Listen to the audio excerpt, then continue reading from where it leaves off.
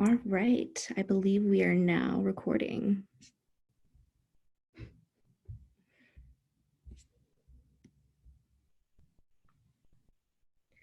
Welcome everyone. Good afternoon and maybe good morning for those of you that are not on the East Coast. My name is Nabila Rashid. I am the Program and Communications Manager at HEART, and I will be joined with our co-facilitator, Aisha Ismail, who is our Development and Operations Coordinator. Manager. Today is part 3 of our webinar series. We're going to be going over power and control and barriers to disclosures. And we are also joined by our 2 panelists, Janice and Bernice. They will be the only ones you see today, but you will hear Aisha and myself. So now I will hand it off to Aisha. Thank you. Welcome everybody. Thank you so much for joining us today.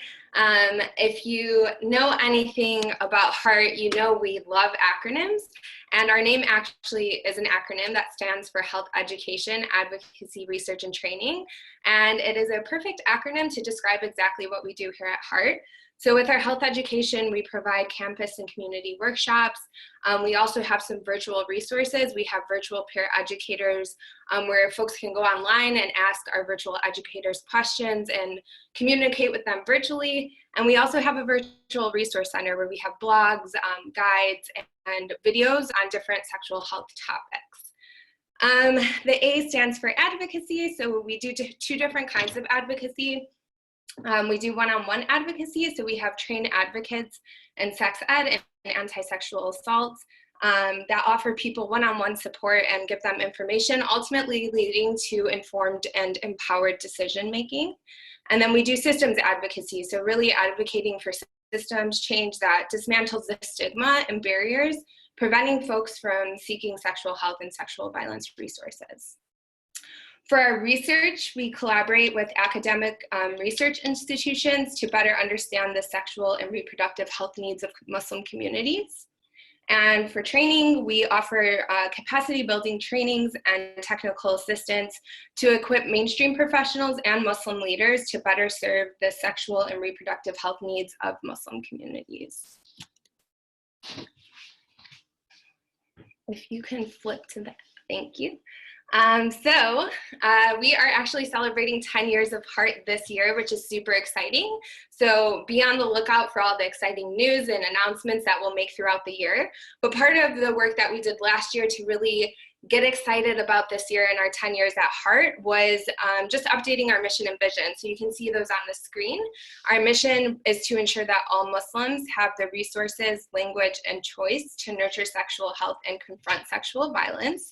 And our vision is a world where all people, including Muslims, are free from sexual violence and thrive in the communities they live, work, and pray in. So we just wanted to start off the Zoom webinar with a couple virtual agreements. So you can read those on the screen, and I'm also going to read them out loud.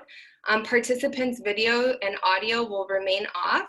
So if you have any questions, you can put them in the chat box. And if time runs out, we'll post those remaining questions and answers on social media.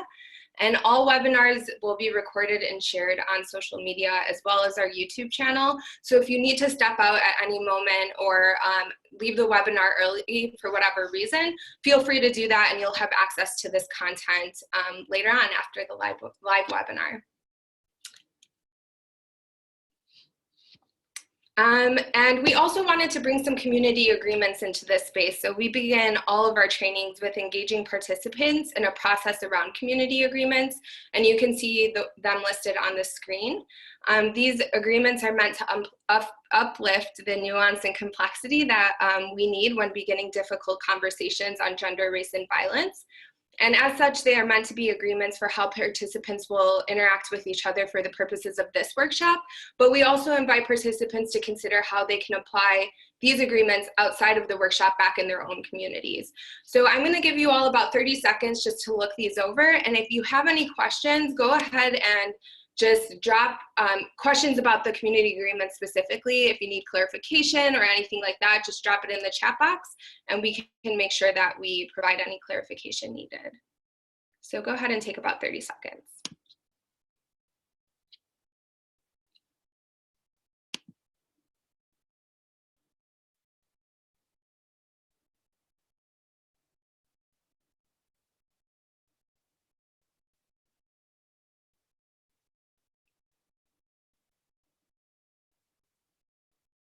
All right. And if anything comes up later, we can circle back to that if you need additional clarification. So before we jump into today's content, we just wanted to give a brief summary of the content that we reviewed in webinar number 1 and number 2. In webinar number 1, we dived into definitions related to sexual violence and applied them to scenarios. We touched upon mainstream prevalence statistics and shared research HEART has done with Muslim college students. And we explored the nuanced ways in which sexual violence manifests in Muslim communities and facts that debunk common myths. In webinar 2, our guest speaker, Aisha Rahman, dived into building a foundation of why supporting survivors is an obligation using religious and cultural tradition and values. She touched upon information on providing more survivor-centric spaces in community, and she delved into how cultural and religious traditions are misused to silence survivors. So we went over the background of sexual violence and how it shows up in Muslim communities. So this week, we really want to focus on the approaches to sexual violence prevention. If you could flip to the next slide. All right, so a lot of the efforts focus on the microsystem, which you can see is the middle here, and puts the burden on the individual survivor or victim. But at heart, we use a public health lens, and we recognize sexual violence as a national problem that deserves a national response. And likewise, sexual violence is a public health problem that requires a comprehensive ecological response. So we know that in the macro system, it's the source of power, money, and oppression. So we also look at approaches to sexual violence prevention in that sphere. If you can go to the next slide. All right, so you can see the different examples of what makes up each of the systems. So when we're talking about the microsystem, like we mentioned, we're really talking about individuals. And when we're thinking about the macro system, we're really looking at institutions. So many of the interventions or programs designed focus on individuals, for instance, how victims can protect themselves, increasing education efforts, and increasing the rates of victim reporting. However, the burden of money, power, and oppression often lies in that macro system, which is that green circle, yet little change is made at this level. So in the next slide, we have just some examples. We're looking at sexual violence surface level versus root cause approaches. So you can see on the top, this is all these surface level approaches to sexual violence prevention. We talk about consent, bystander intervention, awareness initiatives, one-size-fits-all reporting and support mechanisms. But really underneath, the root causes of the symptoms that we're seeing are things like rape culture, anti-Blackness, homophobia, ableism, and toxic masculinity, just to name a few. So we really, in order to prevent sexual violence, we also have to be looking at systems change to address some of these root causes as well. Okay, so when we're looking at this arrow, what we're really demonstrating here is there's a spectrum between prevention and intervention. So when we're addressing those root causes like racism, anti-Blackness, ableism, transphobia, we're looking at root causes prevention. So the goal there is really to make systems change that will ultimately prevent violence from happening. When we get to the other side of the spectrum, we're really looking at intervention. So this is typically post-assault or misconduct, and it could look like firing or banning a perpetrator. And we can see that law enforcement involvement even leads towards intervention. So we really want to underscore that we also have to be looking at systems change and solutions at the root causes side of the spectrum, so we can then encourage prevention and work on that as well. Yeah, and then Nabila, I will pass it to you.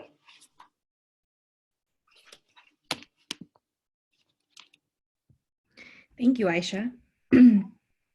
So as Aisha mentioned about the root causes, especially with the iceberg example, one of the things that does come up often is this idea of power and control. And so what we want to delve into right now is, what does power and control look like, especially when we're talking about violent relationships, or like violence within relationships. So before we even go into that, and before we go into examples of how power and control show up specifically regarding sexual violence in the Muslim communities, we need to really identify what it is that we're talking about when we say power and control. So what we have here on the screen are two arrows. And so what these two arrows basically are trying to relay is that there has to be a correlation between a type of relationship along with distribution of power when we want to really identify whether or not someone who has disclosed to us, or someone we know, or just in general, anyone that is disclosing that they aren't in a harmful or violent or abusive relationship, what does that actually mean?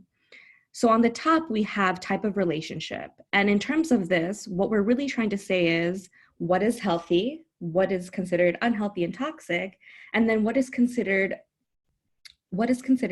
abusive, violent, harmful. Now, in order to look at type of relationship, we also want to think about what's happening in terms of the distribution of power at the same time. This is what's really going to help us understand what's going on. Typically, in healthy relationships, there's always going to be equal power. Both individuals have equal play, fair play, and there tends to be a nice marriage of how communication is happening. When we're going into unhealthy and toxic relationships, right, the power distribution shifts. We go into contentious. And then when we look at abusive, harmful, violent relationships, it's completely one-sided. This is really important to really think about, because what we have noticed specifically from personal experience, when it comes to Muslim communities, or even like my community, the South Asian community, I often know in my line of work, there have been a lot of unsolicited advice, right? For example, someone will disclose and share really intimate and private information about an abusive relationship, and sometimes the response is, go see a marriage counselor. Well, when we're looking at this particular slide, what this can identify is that, one, when we know what type of relationship is happening in terms of the distribution of power, we'll know what methods of intervention or prevention will be needed. And so this is really important for us to kind of set the stone, or set the, I don't even know, I'm really bad with phrases, but basically setting this up for how power and control shows up and what it means for people in the community, right? Even within relationships. So we'll be getting into that in a little bit.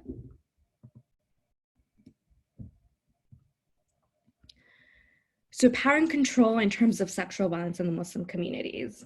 So HEART has worked with Justice for Muslims Collective, and we collaborated and we created this power and control wheel that was specific to sexual violence in the Muslim communities. For those of you that are in the field of gender-based violence, and specifically domestic violence, you know that domestic violence has, in the domestic violence world, there is the power and control wheel, and that was adapted from the Duluth model. And so we took that and we wanted to really showcase the nuances of how power and control shows up in Muslim communities regarding sexual violence. So the other screen, it was really hard to really read what was going on. So we have this screen, and this is basically what is on the wheel. We have victim blaming and rape culture. We have threats and intimidation. We have using shame. We have gendered Islamophobia, exploitation, using secrecy, spiritual abuse, and grooming.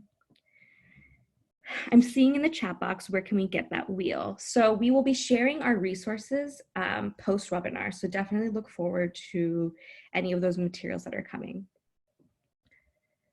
We wanted to also delve in a little bit deeper with two from this wheel that are very specific to the work that we do. And also we just wanted to highlight, because we find that it's really important to go over this to kind of make sense of the community and the people that we're actually working with. In terms of power and control wheel, we wanted to really uplift spiritual abuse. And so what spiritual abuse is, and I'm going to read off the slide, but the spiritual use is the misuse of religious scripture knowledge or positional power for the purpose of gaining control over another individual. And so we see this often in our communities, especially when we are thinking about folks that are in power. And by power in this situation, I mean people that hold true power, right? People that are in leadership positions, people that can basically make the call for things.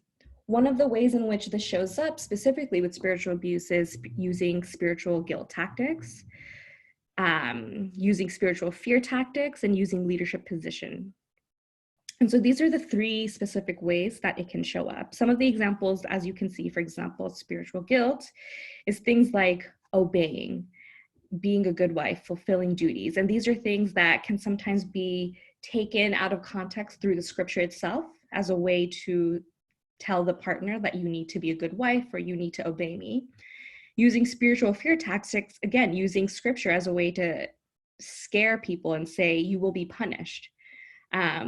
One of the ways that this can show up specifically now during COVID is the use of religion as a way to keep victims or survivors at home and further isolate them. And a way to say, you can't go out because you will be punished by God. So keep praying to pray away the COVID virus.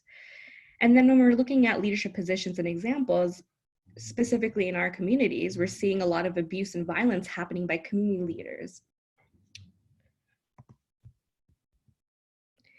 The next one that we want to really focus on is gendered Islamophobia.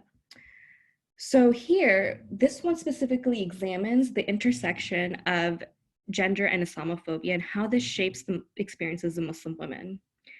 And so we wanted to really showcase some of the more common ways that this can show up and this can manifest, because oftentimes what we're noticing is the language around gendered Islamophobia is being misinterpreted. And it's not just about a Muslim woman wearing hijab experiencing violence, it's also more than that. It's very nuanced.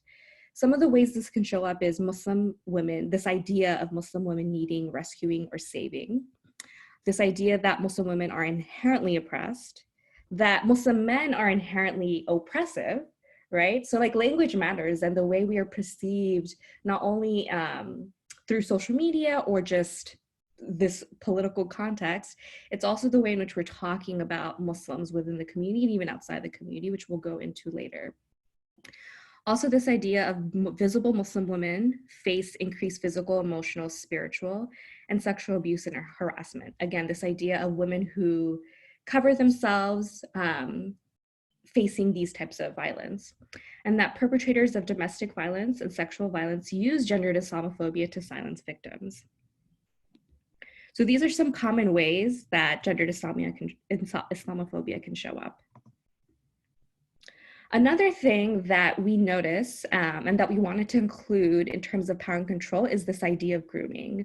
We can see this often happening between an adult and someone that is a minor, so someone below the age of 17. And then oftentimes we can also see it with people that have immense leadership and power in the community. And so this is just a documentation of what grooming can look like. I'm going to switch the interpreters.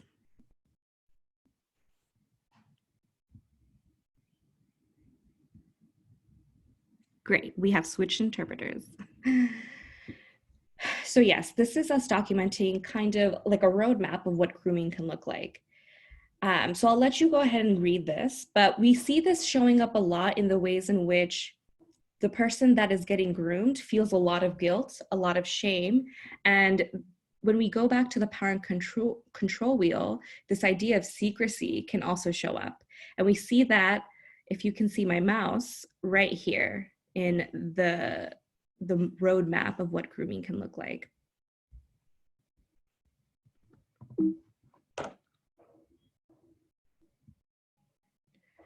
So now we're going to go into barriers within Muslim communities.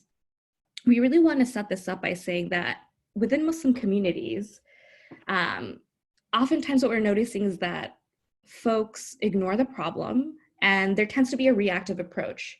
And so in thinking about the community agreements that Aisha shared earlier, This idea of no quick fix is really something that the Muslim community struggles with. When there is a disclosure, oftentimes there is this leap towards being really reactive. And again, when we look at the spectrum, it's either let's fire the person who's harmed. And that leads into this idea of equating punishment with justice. And so it's really looking at the ways in which these different approaches become barriers for why survivors or victims are not disclosing. There's also things like patriarchy makes decisions. So it's not, we're noticing that in terms of addressing disclosures and working with victims and survivors, that there is not a victim or survivor-centric approach. And so what we want to really identify is that at the end of the day, choices and autonomy should be given back to victims and survivors. And we're noticing that that's not happening within the communities. And also there's a lack of trained first responders and prevention experts that are in the field, on the ground doing this work and are able to actually navigate what are the needs of the survivors and victims within Muslim communities. In terms of external barriers, we're noticing that based on the current political climate, right, there's a lot of language around who Muslims are and what they do.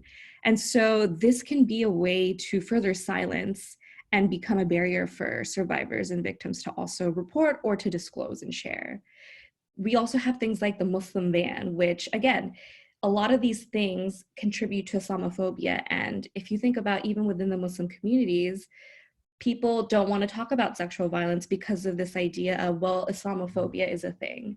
And then it becomes further exacerbated with external barriers and the external community outside of the Muslim community when we start to implement, for example, things like gendered Islamophobia, or thinking about CVE, which is countering violent extremism, and a lot of community surveillance. And for survivors to not only find themselves being policed or surveilled within their own homes or within their own bubbles and facing that type of violence, they're also facing this type of surveillance from institutions and the state. And so that can, again, lend to barriers for disclosing. And then also just on a larger global scale, thinking about how foreign policy and this war on terror further creates this environment of not being able to feel not only comfortable in being Muslim, but also identity, right? So the intersections of the different identities that people hold start to show up. And when we're thinking about victims and survivors, it becomes even more difficult to disclose. This is all to say that we wanted to set up another resource, a wonderful resource of ours, which is this barriers to disclosure resource. With this resource, what we're really trying to do is organize the different types of barriers that a victim or survivor actually has to come into confrontation with before they're feeling safe enough, comfortable enough to make that disclosure. And so what you'll see here is personal, family, community, legal, institutional, and structural. And so what we've identified is that these are some of the key barriers that survivors or victims are coming into confrontation with. Sometimes it's one wall that needs to be broken down, or it's a combination of the two, or of any of these. And so some of the ways that we're noticing is that with personal barriers, right, these are things that can look like not being believed, this idea of self-shame and self-blame. With family barriers, it's this idea of the family putting a lot of pressure on what it looks like for a family to have someone that has disclosed sexual violence and what that can look like to the larger community. And so again, we're seeing things like not believing the victim or survivor. This idea of shame also comes up again. When we're thinking about community barriers, a lot of what's going on is community faith leaders dismiss the violence or sweep it under the rug. And again, the lack of trained first responders. When we're thinking of institutional barriers, things like protocols for safe and anonymous reporting aren't there. And so this isn't necessarily something that's specific to Muslim communities, but also what we see sometimes is not understanding the nuances of what Muslim survivors and victims need. And again, that protocol not being there in even mainstream organizations.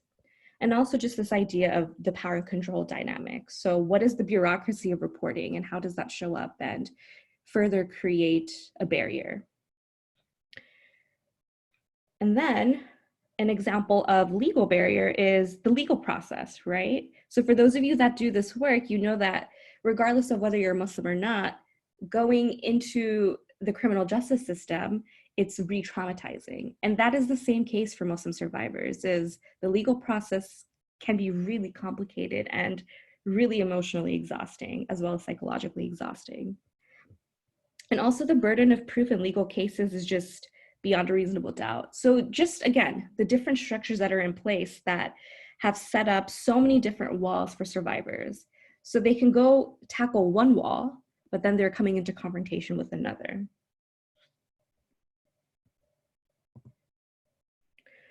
So we wanted to do an activity, and this is where we wanted to involve you all. We don't want to just keep talking to you, but since this is a webinar and we can only be so interactive, so what I'm going to do is I'm going to put up a few poll questions, and this will be your opportunity to vote. So based off the information that I've given regarding barriers to disclosure, I'm going to read a few scenarios, and I would like for you to choose what you think the answer is. So this is our first one. And for the purpose of our interpreters, I'm going to read aloud the question, and then I will put up the poll, and then you all can vote.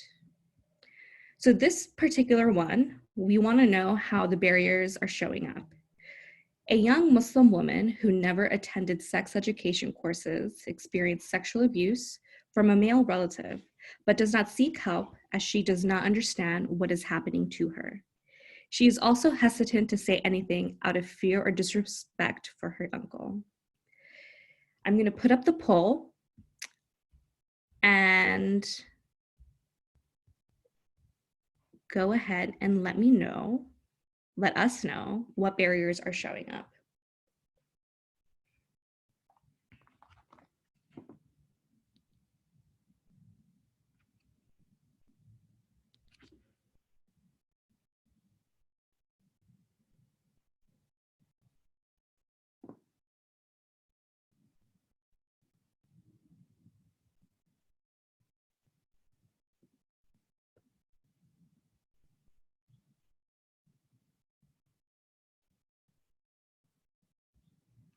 I'll give a few more seconds.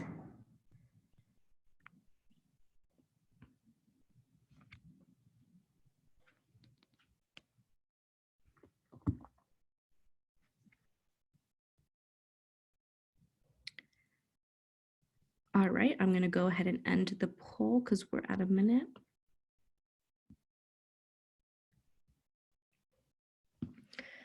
Okay, so I'm sharing the results with you.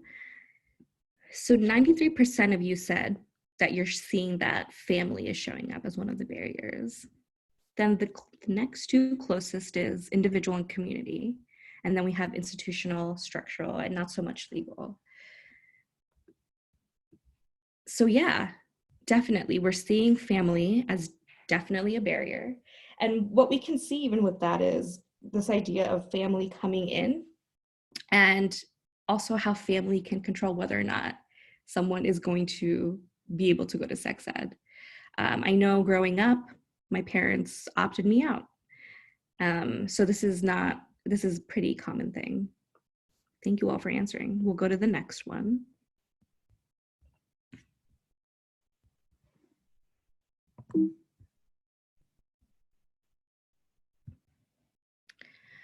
So for this one, which barriers are showing up? A victim of a prominent sexual assault case drops charges after meeting with the defense attorneys who told her that there is not enough evidence to take the case forward.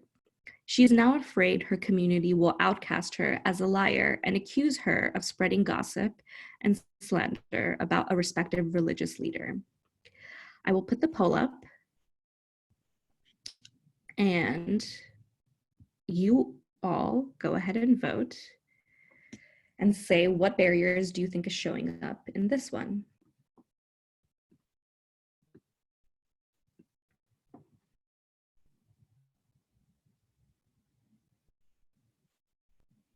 Right, and you don't have to choose one. If you think that there's more than one showing up, please feel free to vote in that way as well.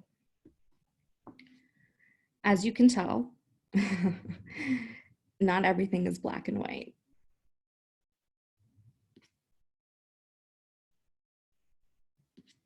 So I'll give this a minute for you all to vote as well.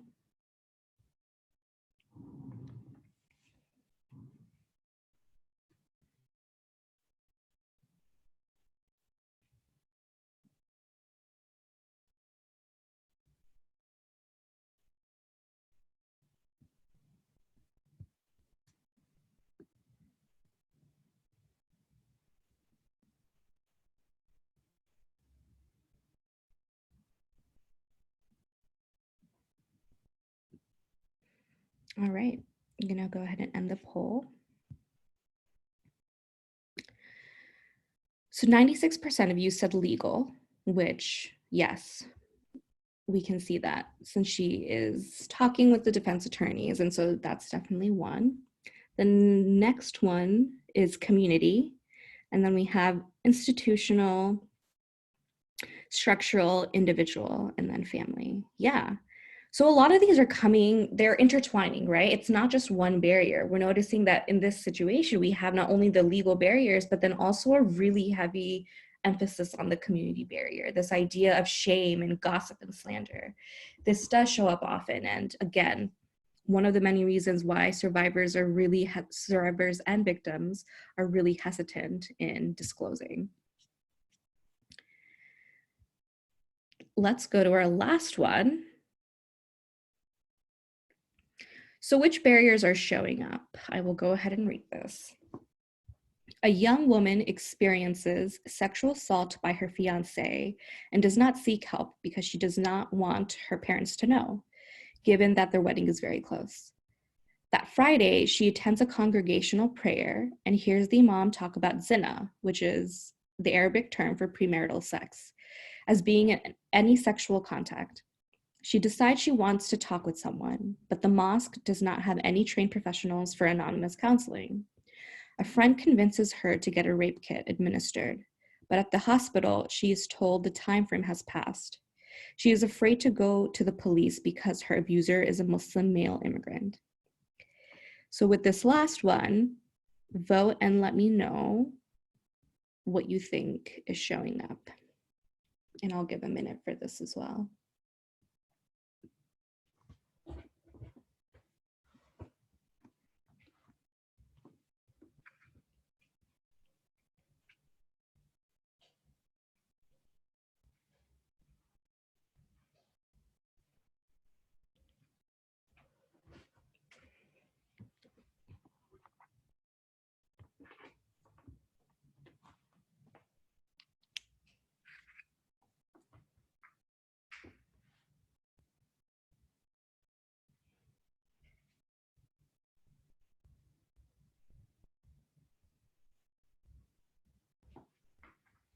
Give it a few more seconds.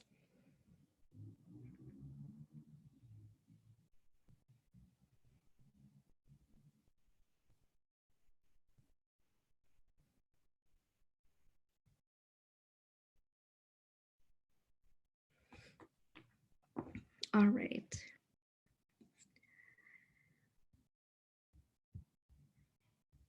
Interesting. So for this one, what you can see generally across the board is that this is a culmination of perhaps like all of these barriers, right? We're seeing the individual, this idea of shame and guilt.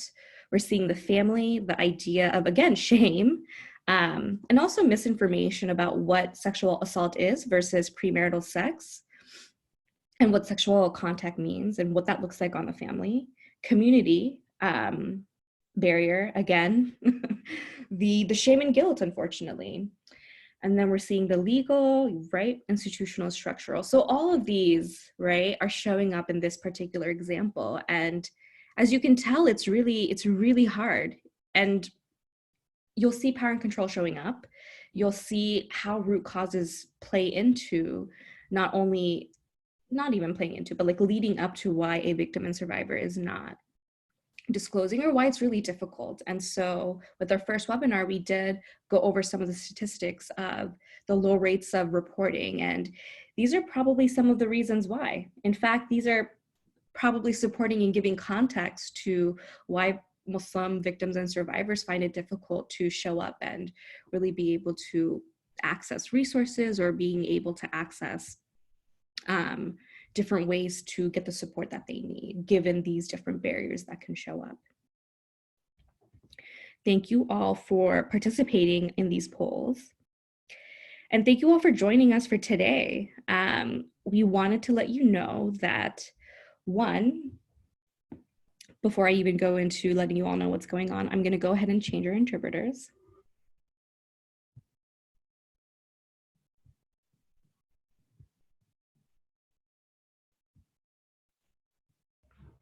Perfect.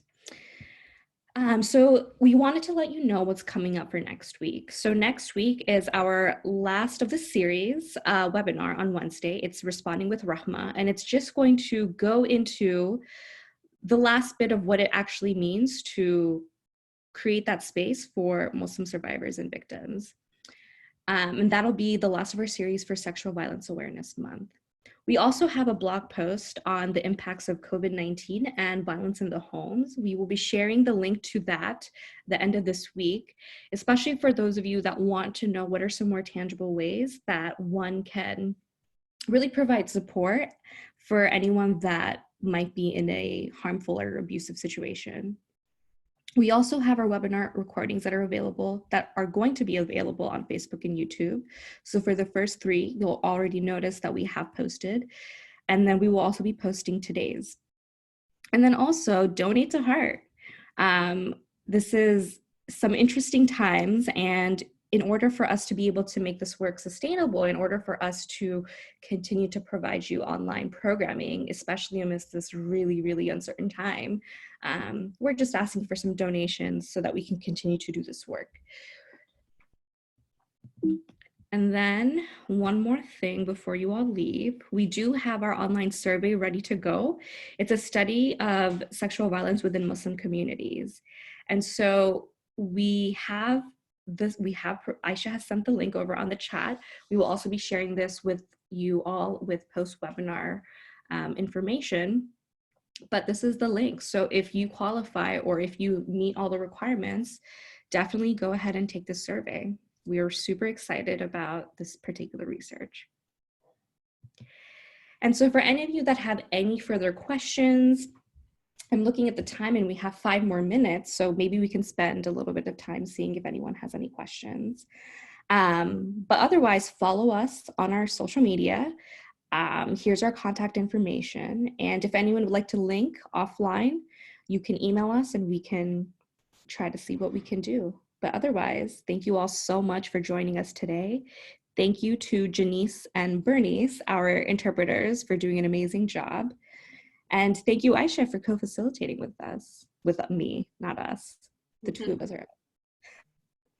Thank you everyone for joining. And yeah, please check out the links that we provided above. I also just linked the YouTube channel for the folks asking. And like Nabila said, we'll hang out for the next few minutes if anybody has additional questions.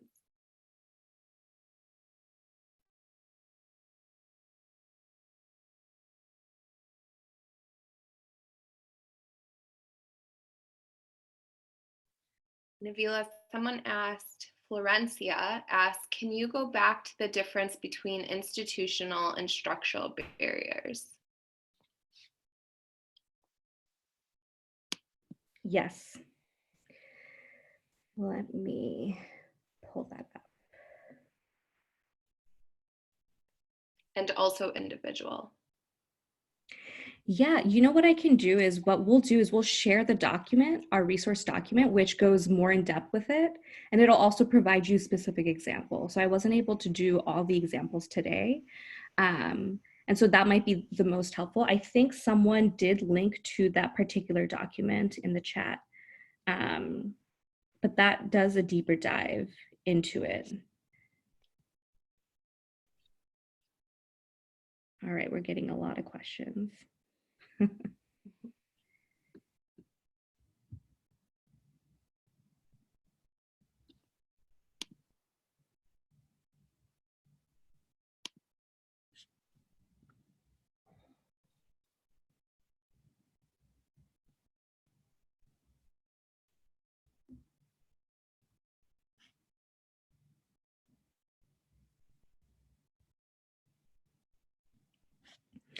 All right. Thank you all so much for joining. We really appreciate your attendance and participation and hope to see you all next week. And if there's any questions as we're going through this chat that we didn't get to answer live, we'll, like we mentioned at the beginning of the webinar, we'll make sure that we bring those questions and answers to social media. Thank you all so much, and have a wonderful rest of your week, and an extra big thank you to our interpreters for hanging out with us today.